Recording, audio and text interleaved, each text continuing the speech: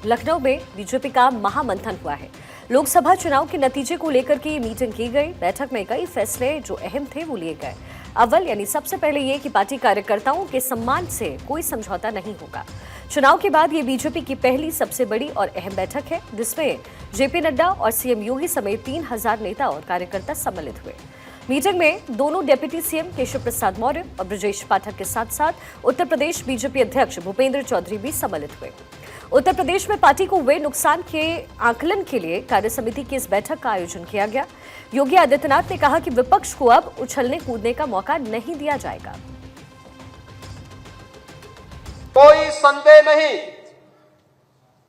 2014 में जितना मत प्रतिशत भारतीय जनता पार्टी के पक्ष में था, 2017 में जितना मत प्रतिशत भारतीय जनता पार्टी के पक्ष में था, 2022 में जितना मत प्रतिशत भारतीय जनता पार्टी के पक्ष में था, 2024 में भी आप सभी कार्यकर्ताओं के संघर्ष से, प्रयास से, प्रधानमंत्री मोदी जी के नेतृत्व में, माननीय राष्ट्रीय अध्यक्ष जी के नेतृत्व में भारतीय जनता पार्टी उतना वोट पाने में सफल रही। जिस विपक्ष ने चुनाव के पहले हिम्मत हार करके बैठ गया था, वो आज फिर से उछल कूद करने का कार्य कर रहा है।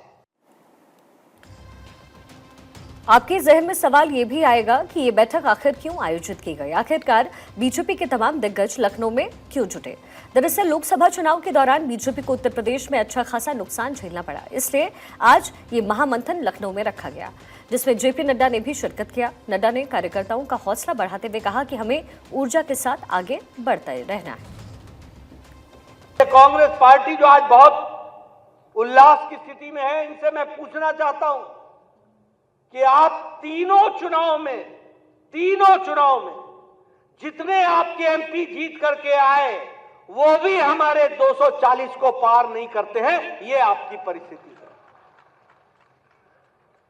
मैं ये भी बताना चाहता हूं कि 3 चुनाव के बाद आप 100 का आंकड़ा पार नहीं कर पाए। और मैं ये भी बताना चाहता हूं कि इंडिया अलायंस ये ध्यान में रखे कि आप सारे जुड़ करके भी जितना नंबर है, वो अकेली भारतीय जनता पार्टी के सांसदों से कम पड़ती है। इसको भी आपको ध्यान में रखना चाहिए।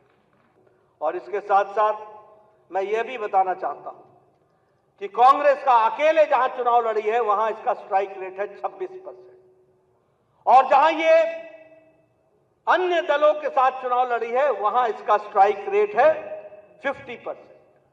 यानी कांग्रेस पार्टी आज परजीवी पार्टी हो गई है। अपने पर खड़ी नहीं है, अपने वोट पर खड़ी नहीं है, ये दूसरों के वोट पर, अंग्रेजी में इसको कहते हैं पैरासाइट। चलिए अब आपको बताते हैं कि उत्तर प्रदेश बीजेपी की इस बैठक का एजेंडा दरअसल था क्या, किन मुद्दों को लेकर के इस बैठक में चर्चा की गई है।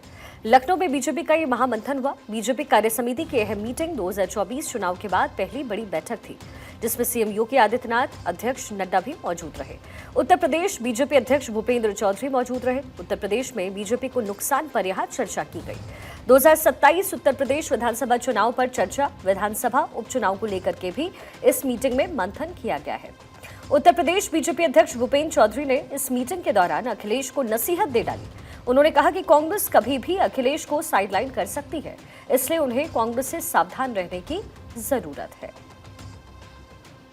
अखिलेश यादव जी, मैं आपको सावधान कर रहा हूं कि कांग्रेस भस्मासुर है और बहुत ही जल्दी आपको ठिकाने लगाने का काम करेगी।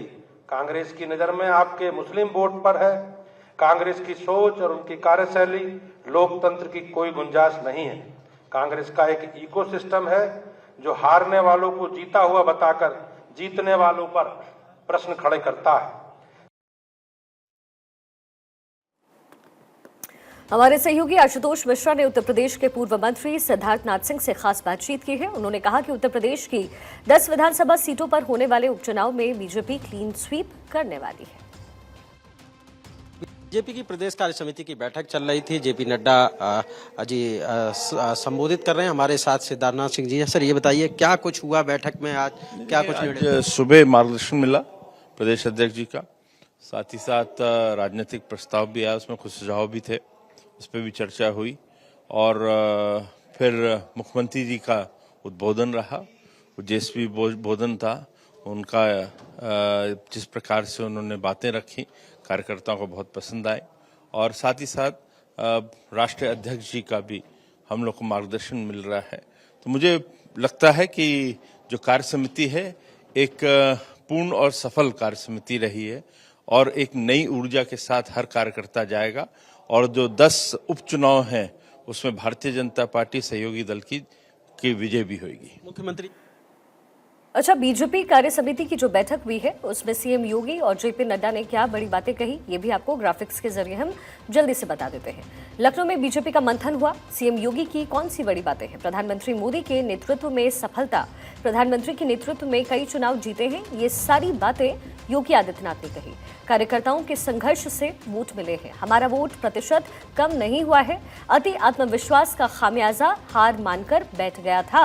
विपक्ष बैकफुट पर ना आए कार्यकर्ता, बीजेपी सरकार में मनमानी नहीं, कोरोना में लापता था विपक्ष, कोरोना में डटे रहे बीजेपी कार्यकर्ता। जाति धर्म के नाम पर भेदभाव नहीं, अयोध्या में भव्य राम मंदिर बना, एसपी ने अयोध्या को कलंकित किया है, ये स्टेटमेंट योगी आदित्यनाथ की तरफ से दिया गया। जेपी नड्डा ने क्या कुछ कहा है ये भी अब आपको बता देते हैं।